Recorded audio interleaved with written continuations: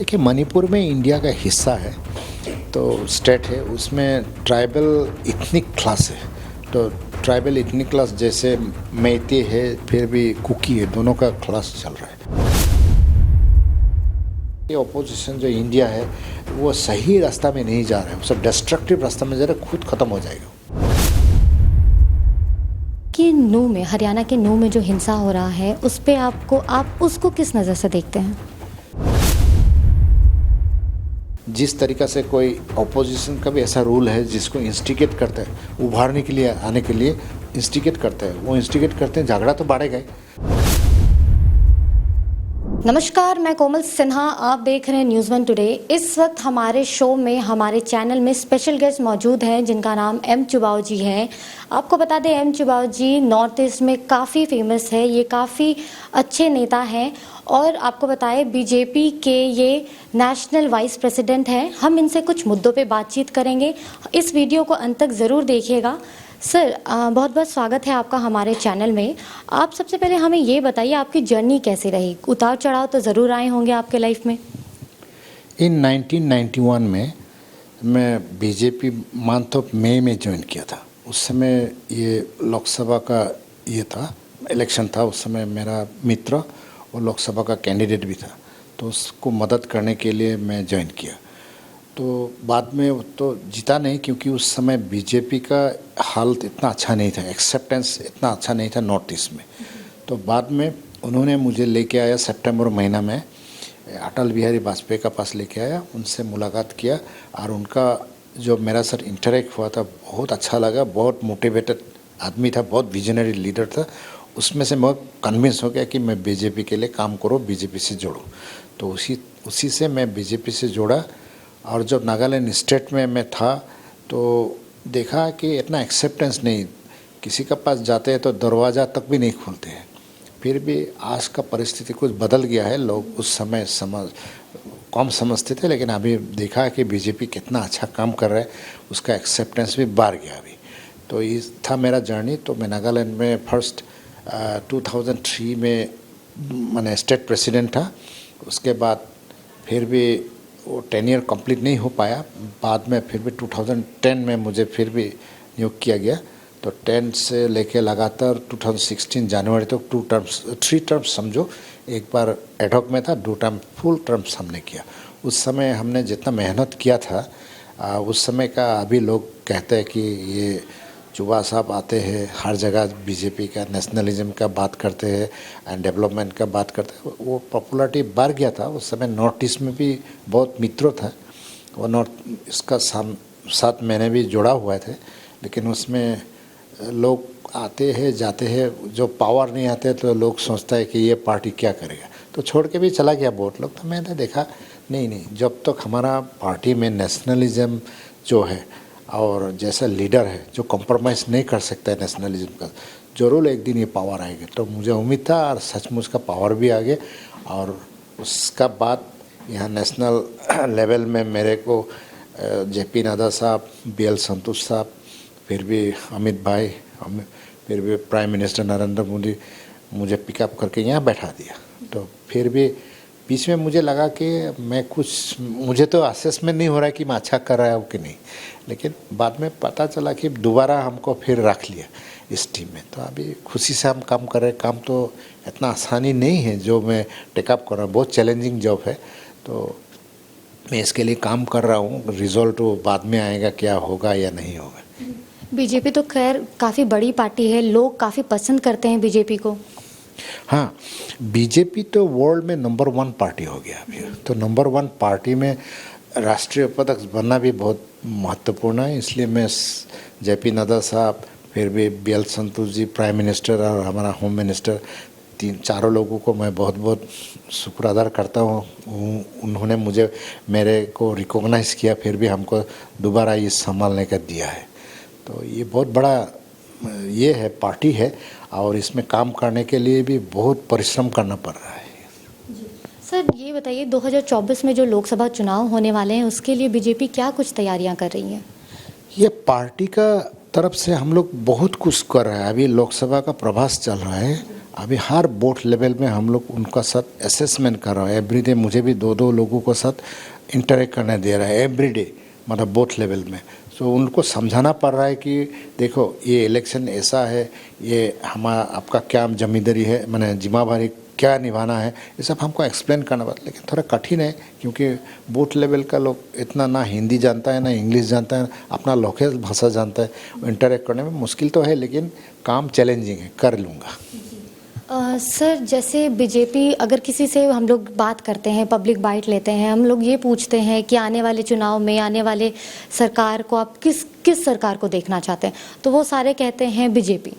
तो ऐसा 9 साल अभी हो गए हैं बीजेपी को करीबन, तो जो उपलब्धियां आप लोगों को अभी मिली है, जिससे सरकार ने जनता को बहुत कुछ दिया है, जनता को बहुत कुछ पसंद आया है, अब आगे 2024 वाले चुनाव में क्या अगर बीजेपी जीतती है तो क्या ऐसा कुछ करेगी जो जनता के हित में और होएगी?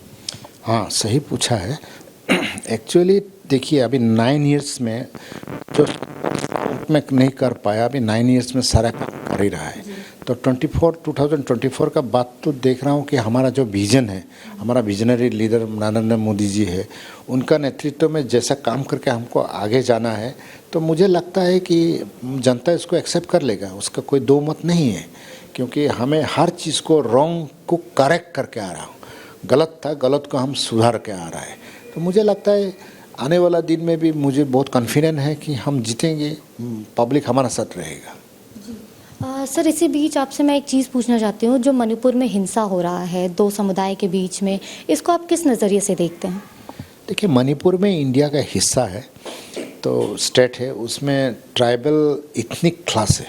तो ट्राइबल इथनिक क्लास जैसे मैते है, फिर भी कुकी है, दोनों का क्लास चल रहा है। तो इसमें क्या है, ये इंटरनल मामला भी है, फिर भी सोशियो कल्चर का मामला भी है। लेकिन इसमें लोग क्या है, ऑपोजिशन लोग इसको कलर दे दे के पॉलिटिक्साइज कर रहा है। एक्चुअली ये पॉलिटिकल नहीं है, तो इसका थोड़ा समय तो लगेगा लेकिन सब ठंडा हो जाएगा एक दिन। जैसे जम्मू कश्मीर के बारे में अगर हम आपसे बात करें, तो जब वहाँ के लोगों से हम बात करते हैं तो वो कहते हैं इससे पहले जब बीजेपी की सरकार नहीं थी तो वहाँ कोई नेता देखने भी नहीं आता था, वहाँ का स्थिति इतना बुरा था कि कोई भी नेता वहाँ जाने से डरता है। आज नरेंद्र मोदी जी के होने पे वहाँ वो जाते हैं और रोड से जाते हैं और कुछ नहीं होता है, सब कुछ सही रहता है। यह देखिए भारतीय जनता पार्टी का यही मकसद है, हम जनता से जुड़े हुए हैं। और नरेंद्र मोदी जी भी एक स्लोगन तो गाए हैं ना, सबका साथ, सबका विकास, सबका प्रयास, सबका विश्वास। तो हम सबको विश्वास भी करते हैं, सबको हाथ में लेके चलते हैं, किसी को डिस्क्रिमिनेशन हम करता भी नहीं है। तो आज मणिपुर में भी ऐसा ही है। मणिपुर में जब कांग्रेस का शासन था उस समय सेंटर में, तो उस समय तो राजेश पायलट भी गया था, वो 3 घंटा एयरपोर्ट में रुक के वापस आया। तो हमारा नेता गया 3 दिन, होम मिनिस्टर 3 दिन था। उसके बाद जो एमओएस लोग गया, वो तो देखो इतना दिन तो बैठ के भी सॉल्यूशन तो निकाल रहे हैं ना, क्योंकि इंटरनेट इतना डीपली इनको जोड़ा हुआ है, इसको इतना आसानी नहीं है जब उसको मैंने बाहर ले आके जोड़ जाए, थोड़ा टाइम तो लगेगा थोड़ा सा। अगर हम बात करें उत्तर प्रदेश की, तो उत्तर प्रदेश में भी बीजेपी की सरकार है, डबल इंजन की सरकार वहाँ पे भी हो गई। वहाँ पहले क्राइम बहुत ज़्यादा हुआ करता था, अब क्राइम धीरे धीरे कम हो रहा है। और क्या ऐसा उम्मीद किया जा सकता है कि आने वाले 2024 चुनाव को अगर बीजेपी जीतती है तो अन्य स्टेट में भी क्राइम जो हो रहे हैं वो ख़त्म होगा या कम होगा? यूपी में आपने सही कहा, यूपी में तो बहुत क्राइम रेट बहुत ज़्यादा थे, लेकिन जब योगी जी टेकअप किया उसके बाद देखा इतना क्राइम रेट नाम गया।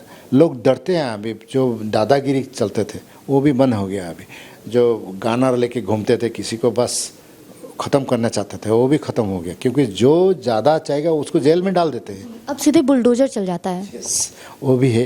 देखो कोई मैंने उसमें कानून का व्यवस्था था ही नहीं, लेकिन योगी जी आने के बाद हर चीज़ को कानून का व्यवस्था किया, लोगों को मन में इतना शांति आया, अभी रात में भी घूम सकते जहाँ भी जाओ, कोई प्रॉब्लम नहीं दिखाई दिया। सर अगर हम किसी से पूछते हैं कि आप देश का अगला प्रधानमंत्री किसे देखना चाहते हैं, तो बड़े तो कहते ही हैं, साथ साथ अगर हम कभी बच्चे से ऐसे पूछते हैं कि आप किसको देखना चाहते हैं, तो वो भी कहते हैं नरेंद्र मोदी को। हाँ, ये तो देखिए पार्टी चाहते हैं, लोग चाहते हैं, पब्लिक भी चाहते हैं कि नरेंद्र मोदी होना चाहिए, क्योंकि उसका इतना बड़ा विज़न है। वो विज़न हम जैसे आम लोग भी पहुंचने नहीं पाते उसका विज़न का लेवल। तो इतना बड़ा विज़न का लीडर हमारा पास है तो वही होएगा। आगे के लिए रणनीतियाँ क्या हैं? ना आगे के लिए रणनीति ऐसा है, हम लोग ने वीक सीट जहाँ लोकसभा का कमज़ोर सीट है वहाँ ज़्यादा काम करने शुरू कर दिया। अभी मैं वादा करता हूँ कि 350 सीट आएगा।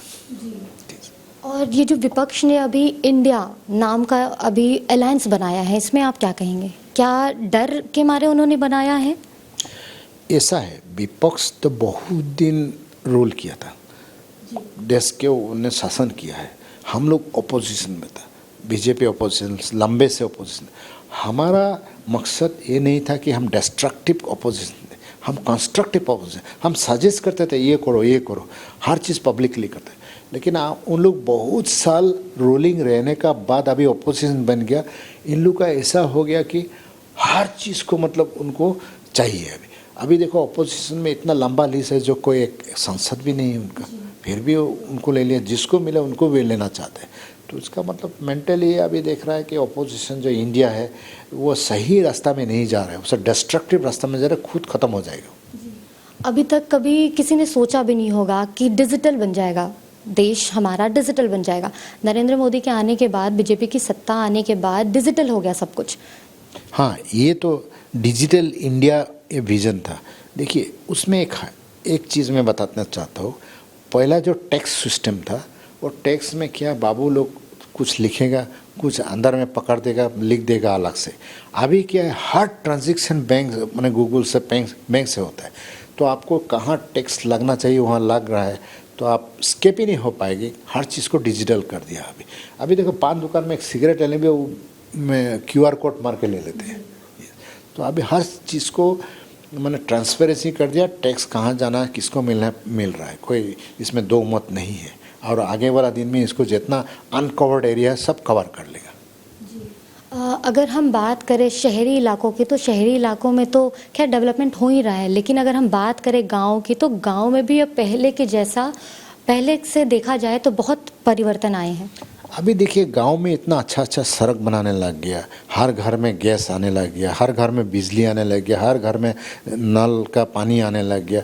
तो मैंने अभी तो देखा डेवलपमेंट का जो जिसका सोच था वो सोच से बहुत ऊपर चला गया। अभी पहले तो कुछ ये सब सोचता नहीं था। मंत्री लोग जो अपोजिशन का जो मैंने अभी का अपोजिशन का जो रोल है, उन्होंने कुछ किया नहीं है।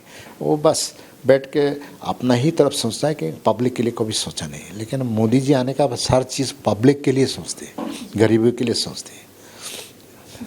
तो क्या आप ऐसा कह सकते हैं या हम ऐसा माने आपके बातों से कि आने वाले चुनाव में, लोकसभा चुनाव में बीजेपी की सरकार हमें देखने को मिल रही है?